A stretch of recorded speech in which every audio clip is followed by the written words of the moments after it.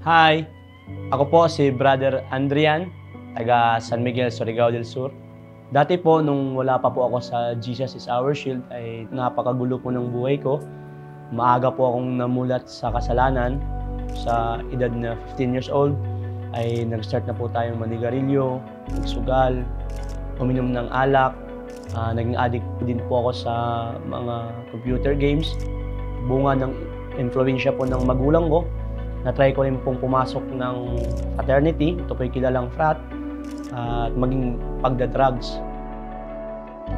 Kasama ko pong nagda-drugs dati yung mama ko, papa ko, kapatid ko.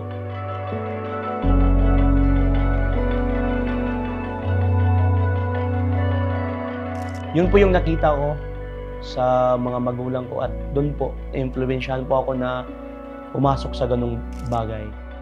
Binansagan po tayong Lucifer, mga klase po natin, bunga po dahil pananalita po natin ay talagang napakasagwa. Hinahanap ko po talaga yung totoong pag-ibig, kaya po nagkaroon ako ng girlfriend. At bunga dahil sa pagiging kabataan ay takot po tayong magkaroon ng obligasyon.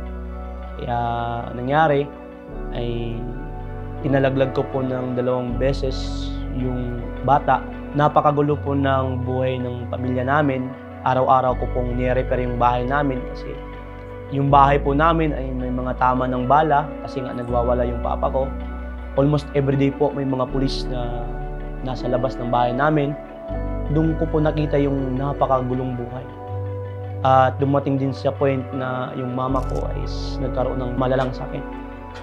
So meron siyang kidney failure, nagkaroon siya ng heart failure. Bunga po dahil siya ay diabetic person. Lahat ng uri ng pagpapagamot sa mundo ay na-apply namin. Last na po na humawak sa buhay ng mama ko, yung doktor. Sabi po ng doktor, may taning na yung mama ko. Kaya po, napakagulo po ng isipan ko nung panahon yun na tinanong ko yung Diyos, Lord, kung totoong buhay ka, pagalingin mo po yung mama ko, tatanaw ko ng utang na loob sa'yo.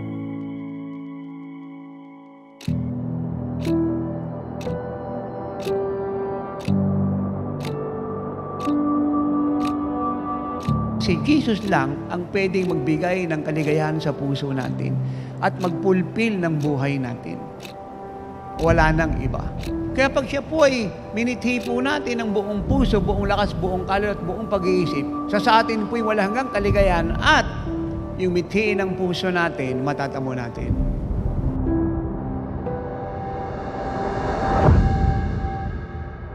Isang araw po, meron pong pastor ng Jesus is Our Shield na nag-evangelize po sa bayan namin.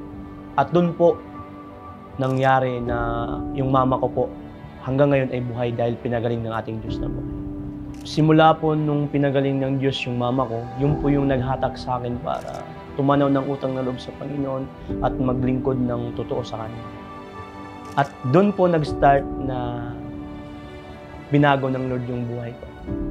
Unang attend ko po ng youth camp, doon ko po mas lalong naunawaan ang paglilingkod sa Panginoon.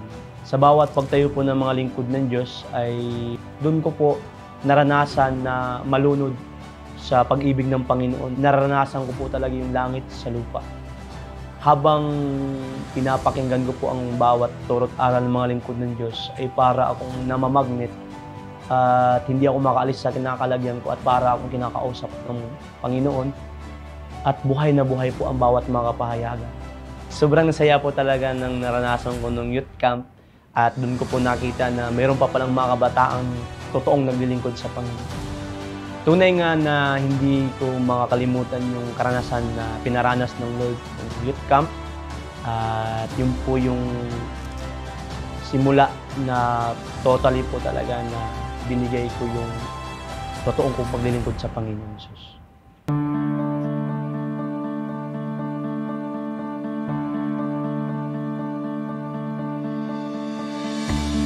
At ito'y bad news kay Satanas at mga demonyo kahit anong gawin yung harang, palabas na at pauwi na ang mga living like Jesus youth. At ipapaalam sa lahat na dumating na ang araw ng kaligtasan ng sambayan ng Pilipino. For it is written, Blessed is the nation whose God is the Lord. the Living Light Jesus Youth, the Living Light Jesus Church, God's End Time Apostle will travel to the ends of the earth. Simula po noon ay tuluyan na pong binago ng Panginoon yung buhay ko. Yung sinful nature po ay totally tinanggal na po ng Panginoon at pinalitan niya po ng godly nature. Tuloy-tuloy na po yung paglilingkod ko sa Panginoon at finolblast po yung commitment sa Jesus is Our Shield Surigao del Sur chapter. Kinahabagan din po tayo ng Panginoon na manguna sa mga kabataan bilang isang youth leader.